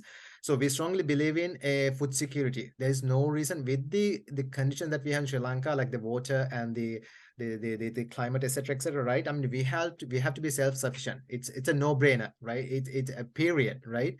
So the only issue that we're seeing right now in Sri Lanka is, as you very rightly said, 33% of the labor force is in agriculture, but the GDP contribution is less than 5% right now. So that's a crime. So 33% of the labor force is in the agriculture, but their contribution to the GDP is like less than 5%. That's a crime. So what we're saying is, so this has to be reversed, right? I mean, obviously, we have to be self-sufficient when it's come to agriculture. There's no reason for us to like import the basic foods from the other countries, because we have everything that we need in Sri Lanka. So what we need is entrepreneurs in the agriculture, right? So we want to bring that the labor force number from 33% to 8%. At least to the 12% range, right? So the 12% of the labor force can be in the agriculture, but then we have only like 22 million people in Sri Lanka, right? Within 3 to 4 years, we would be able to produce things to be self-sufficient when it's come to our food security, right? It is. I don't think even there's an argument for that, right? So we strongly believe in that too. But then obviously technology and the entrepreneurship and the capital has to play a huge role in it too. As an example, right? So right now, maybe hundreds of like farmers working on the hundreds of hectares, right? But then what we encouraging is to one entrepreneur to come in and then taking care of thousands of hectares together, right? Using the knowledge and the technology and the capital, right? So then we want the farmers to be entrepreneurs as well. I mean, these are not rocket science things. I mean, these things has been happening in the ground. I mean, if you go to, again, when I went to Trinco 3 weeks ago, right, there was closer to 200 plus acres that been taken care of by only 4 people, right, with the help of the technology and the right knowledge, right? So these are the things that we need to implement in Sri Lanka, right? I mean, even this is in Trincomalee, and their soil, their original soil is like a sand, right? But with the help of the technology and the knowledge and the well that they gathered, they managed to fertilize that the sand soil into like a very it's not even compost soil, right? I mean, the things that they use is like, it's amazing. I mean, the way that they produce whole thing, that they make the ground and then use the entire climate and then use the drip irrigations and things like that, you know. It's just like, you know, giving them the right knowledge and the technology, and then obviously they become like a proper entrepreneurs. And then they were struggling to have little access. Their main concern was to have like a proper access to market, but that's also can be sold soon as, you know, you have like a proper information flow between the farmers and the market, right? So yeah, agriculture is one of our key priorities as well, because we strongly believe in a self-sufficient country when it's come to food security, and we strongly believe in that we can do that because we have all the basic things that is needed, right? The climate and the water and the etc etc. So it's just like, you know, matter of putting the right labor force and the right the sets of skills and the knowledge into the game, right? So that's the answer for the agriculture. And the second question was about the energy independence. You are absolutely right. We can be 100% like energy independent country, but unfortunately, it's again, you know, when it's come to politics and then their own financial gains, you know, they still try to rely on these emergency purchases, right? Because that's the only way that they can make money out of it. So that's the unfortunate reality, as we all know. But then that has to have that's got to be stopped, right? I mean, renewable energy is one of the key things that we can implement very easily in Sri Lanka, right? As a classic example is the Northwest Strip, right? I mean, you have 24/7 solar and wind power supply, right? I mean, we are not even materializing at least, you know, even 5% of it, right? So, I mean, we absolutely can be energy independent, you know, if we manage to materialize these energy sources in Sri Lanka. And then we actually go beyond that. We actually even go to the green hydrogen level. This is something that we propose, because right now there's a huge demand for the green hydrogen, but there are certain challenges as well when it's come to transportation and etc etc. But right now the South Korea and Australia is working on the different R&D projects to commercialize the green hydrogen, because that's going to be another key area that the Europe is heavily focusing on right now when it's come to energy. And Sri Lanka is like a perfect location to produce green hydrogen. So those are, I mean, we even go to that level. So I think with the right policies within for 3 to 4, definitely within 3 years, you know, we would be able to be self-sufficient when it's come to energy as well. But unfortunately, what's happening right now in Sri Lanka is always try to find like the beggars, you know, try to find the most like, you know, short-sighted answer solutions, right? We just try to connect the grid to the India, right? I mean, obviously, I mean, we can do much better than that, right? So that's my short answer for it. Yeah, thank you, Manju. I think I mean, we all have highlighted the important things that we need to do. But as you all know, the biggest stumbling block is politics. Yes. And so that's what we have to overcome. Yes. But say we got 2 questions. We got lots of other things that we can discuss in the future as well, which I'll keep in touch and then let you know as to how we are going. So we'll have 2 further questions. We nearly come into 2 hours, and then we can conclude there. And just about education, I just want to tell that we are planning to start a virtual education platform in the beginning of 2024. I'll keep you informed about that. So yes, Kirti again. All right. Yeah. Hi. Okay, Kirti, you go for it. No, Kirti, I had my hand raised for quite some time. yeah, I know, but can I give a chance to Kitsiri, because but is we've that the given you new chance 3 times is that the new already. system we are going to work in Sri Lanka, by the way? Kirti, may I ask a Please, very because short the question? time is limited. Kitsiri, yes, go for it. Kitsiri. Right, and I have to thank Manju, and not only Manju. Actually, I wanted to ask some question, but Parakrama, Kirti, By and the way, Lakshmana asked I the didn't same lower my question. hand. Could you Therefore, please put me back I where have to I thank was? them also. Right. Actually, the discussion is, I think, that is very important, because the Manju was telling that his political party was Global Sri Lankan Congress, and if you translate it to Sinhala, it is Sri Lanka, the Goliya Sri Lanka Congress here. But it is a very, very new name for us. We have never heard about that one. And I just want to know that if it's a political party, there must be a group. Not you alone can't have a party. And who are the other members of the party? And that is one question. Other thing is actually according to you have gone from village to village. It's very not a good successful method to talk to the people. Best thing is to catch a good media. television or this thing, then you have to pay some money for the media. Then of course you can talk to the whole village because the technology is not spread in villages. Because for example, I am from speaking from a village, Kottaligoda. Only I think there are only 3 or 4 families are having computers. So others don't have that facility, because if you have a political discussion or something like that through medium, through television or something like that, it is very useful for the village people, right? So one question is, are you the leader of the party, or if there are any other people, just name us a political your group, some people of your group. Yes, I think you got the question clearly. Yes. Yeah. So yeah, I'm the leader of the political party, and we have when it's come to membership, we have closer to 1,500 registered members across the country right now. And when it's come to key people like Professor Dr. Nishanta Nanakara, and then Dr. Sudhira, there are like prominent people, and then Bradley Emerson. There are like well-known names. There are 2 sets of people who works with us right now. So one set of people who actually wanted to come into politics, right? So they are going to be front facers, and there are people who actually don't want to come into politics, but then wanted to work with us as like a national service, right? When it's come to policy making, etc., etc. So there are like certain professionals who work with us in that manner as well.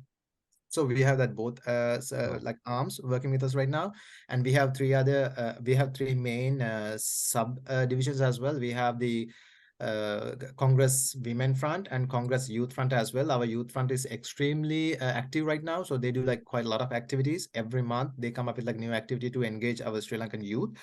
So they are heavily active in social media as well as on the ground as well. So yeah, I'm not the only person. There are so many other people who are actually joining us and working with us as well, not only in Sri Lanka but all across the globe, in various capacities. So that's the answer to the first question. Second question is, you're absolutely right. Digital media play a key role, especially the TV in Sri Lanka. But unfortunately, what we need to understand is, when it's come to Sri Lankan digital media, right, all the media has like their own heavy political agendas, right? As an example, like IT and Rupavahini, they never give us a chance, right? Because those are government channels, right? And then when it's come to obviously now Dilith is contesting for the presidential election as well. So for that reason, he obviously now he doesn't give us an opportunity as well. And then the Reina, the hero, is 100% aligned with the current government, right? So for these political reasons, it's a very it's a very challenging task. They never want to give us a chance unless the people started like choosing us as a new upcoming and one of the most powerful political movement in the country, right? So when that happens, then obviously they would give us some sort of a chance, because they have to. But until that happens, they just put like a blind eye on us, right? So that's the only reason. So that's the reason. That's the whole reason. Actually, we have even started going to the villages as well, and then start addressing them, because that kind of works as well. But the thing is, we don't. As you can imagine, when it's come to practical things, we have a very limited resources. So in order for us to cover the entire country, is going to be a very daunting task, because we don't have like a well-established political party to say, right? So, but then obviously, we have to. Yeah, I have sort of like this is something that I learned from the USA. When you have 99 reason not to do it, and when you have one reason to do it, I always choose that one reason to do it, right? So yeah, there will be so many obstacles, but then as long as I said, my intentions are genuine, I think this would grow and people would embrace it. But then we have to start from somewhere. So at some point, even the national media also, like, I hope they would pick us, and then obviously they would give us a chance as well. But right now they are not, because they have different political agendas. But then obviously we know the challenge, but then we use a lot of like our efforts to put our message out there through the social media, and then through these the physical meetings in the villages as well. We just started that, so only 3 weeks ago. So within next 12 months, our plan is to cover a lot of districts and a lot of villages, etc., etc. So you will see like a lot of momentum in the coming weeks and the months. So okay, very good. I just Sirasa also. Sirasa television is also very one Yeah, of the Sirasa is having popular. like a decent dialogue with us, but then again, like they also like having a different. Unfortunately, all these people have like they already have like a pre-planned political agendas, in their You're in their absolutely right. The plan. political framework is actually may use you as a shoe, but that's what you need to be aware of. That's what Yeah, I want to say. yeah. Okay, I allow Thank you. Kirti to come through. Sorry, Kirti, because different people have different professional expertise, so I had to allow Kirti. So, okay, yes, Okay. yeah. I'll make it very quick. Actually, it's not a question; it's an observation. But I just wonder whether you agree with that observation. Sure. The way I understand is in Sri Lanka, children are trained to say yes from the very young age. Yeah. They are trained not to challenge the adults, Yeah. not to challenge the existing systems. Yeah. So that's a cultural issue. Yes. So do you agree that we need to change that culture to 100%. 100%. That's the starting point. Unless, because you cannot have an entrepreneurship unless you start challenging and questioning things. That is something that I personally experienced in my life, because I had like a big cultural shock, because I was brought up in that exact system that you just told, right? I mean, we just never challenge our teachers, we never challenge our systems, we never challenge the status quo, right? We say yes to everything because our personality is like broken. Simple. Our personalities are broken. But then when I started working in the investment banking career, it was like a total opposite, because those are like very type A strong personalities, right? So then, I mean, I was managed. I mean, like lucky for me, I managed to, because I don't know, for some reason, and I have like a little bit strong personality as well. So because of that, I managed to, came into the positions that I was in, within like a very short period of time. But you're very right. There's a big personality issue in Sri Lankan culture. So we have to change that particular culture. We have to start from the kindergarten, start from the schools. We have to, especially the youth and the children. We have to empower them, just to in order for them to have like a strong personality, to start questioning things, start like like challenging the status quo, because that's the only way, just like you like evolve as a society, right? Without challenging or without thinking of doing things differently, there's no way that there's the evolvement happens in your society. So I 100% align with you. I mean, this is something that has to be focused on, like as like your first priority when it's come to changing the system. Okay, thank you. Lakshman, yes, Lakshman. Yeah, just last 2 minutes. Thank you, Chula. I have 5 very short questions. 5, you I said? think, yeah. Okay, let me write down. Quick questions. I think Parakram already mentioned, whatever we do in Sri Lanka, we cannot neglect the agricultural sector, which is one of the major and historically a very important sector of our country. So whether you bring, high-tech industries or high-tech knowledge-based activities, we cannot neglect agriculture, because I think more than 30-40% people in the agricultural sector. That's one thing. And the second one is the energy. Also, Parakram mentioned energy. We have plenty of solar energy, wind energy, and fortunately hydro energy. So it's a very unique combination. So we must try to get the best use of this without going into other burning areas. And we must make use of what are the strengths already we have in Sri Lanka, rather than in addition to what you are going to bring in new geographic location, right?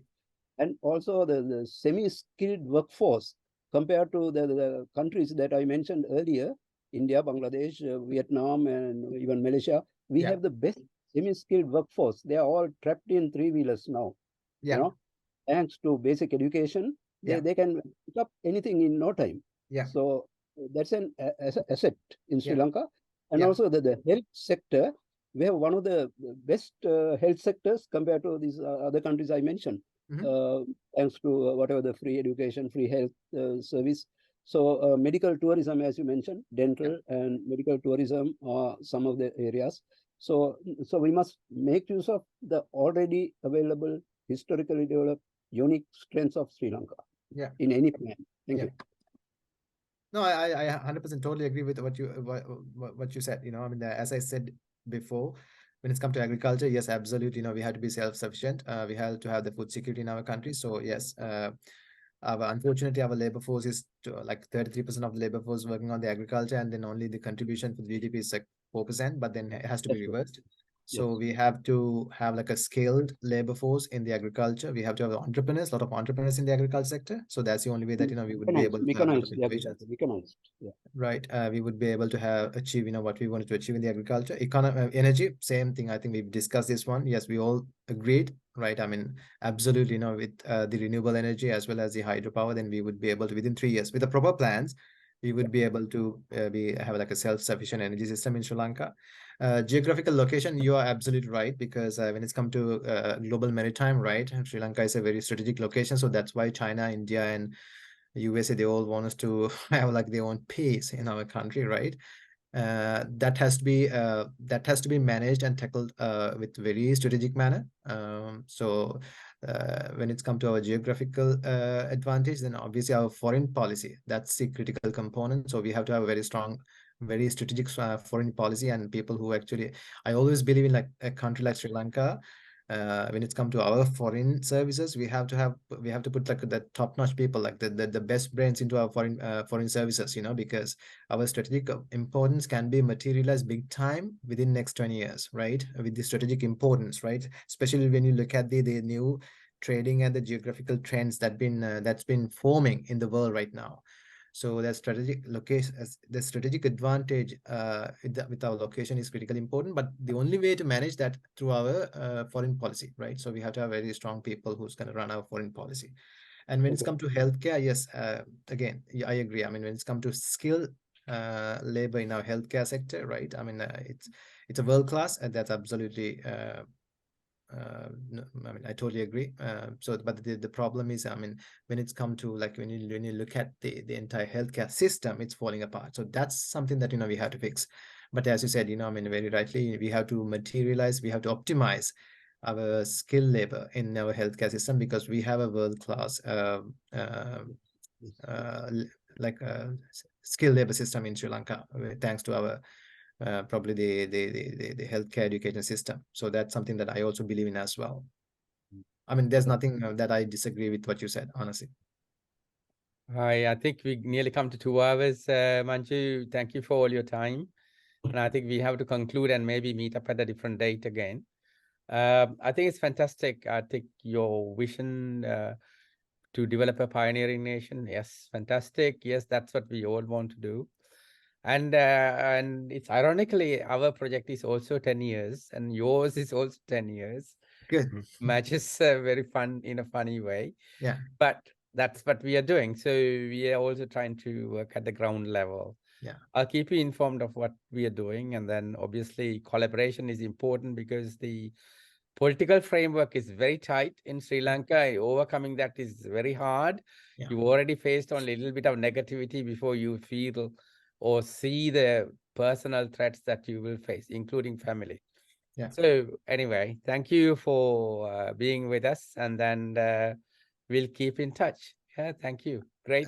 Just before you conclude, just a very small request, gentlemen, because I think it's now or never. Honestly, people like us, when I say us, I mean us and you guys as well. We have to come forward, right? There's no DS and Kumaru anymore, right? So there's no one come forward to salvage this country, rescue this country, right? So people like us have to come forward and rescue this country. So that's why I'm fully in this game as well, right? So I really, really appreciate, and I mean, I do request you guys also, think about it, think about our country. I mean, it's been robbed and this has been abused so big time for the past 70 years, and it's so unfortunate, and I don't think we should allow this to happen anymore, right? As a professionals, as successful people, as global citizens, I don't think we should allow this to happen anymore. So I think people like us to we have to come forward and we have to take the leadership. There's no one else that can do better, right? So my humble request is for you guys also to, do a little extra. I mean, I'm not saying that you're not doing, but like if you do 100%, just do 200%, because the country needs it right now. So do extra commitment, and let's collectively do something for the country, because that is needed big time. And one day, you can look back and think, I mean, yeah, we were part of that group, who actually managed to change our country in the right direction. So just like a humble request. You know, it's well taken. I'm sure everybody is actually on that path already. So thank you once again. And we'll meet up once again. And sorry that we broke your sleep and then woke you up. No, you're Okay. fine. The discussion. Lakshman, Kirti, Dharme. Dharme, thank you very much. Yeah. Hello. Thank you. Good night, Kirti Thank you, from Sri Manju, Lanka. and thank you, Thank you. Chula. Lakshman. Yeah. Thank you. Thank you very much, Manju, for Thank your you, time. everyone. Thank you very Thank you, much for Dharme. attending all. Thank you. Thank you, Dharme. Thanks for connecting. Thank you. Cheers. Bye.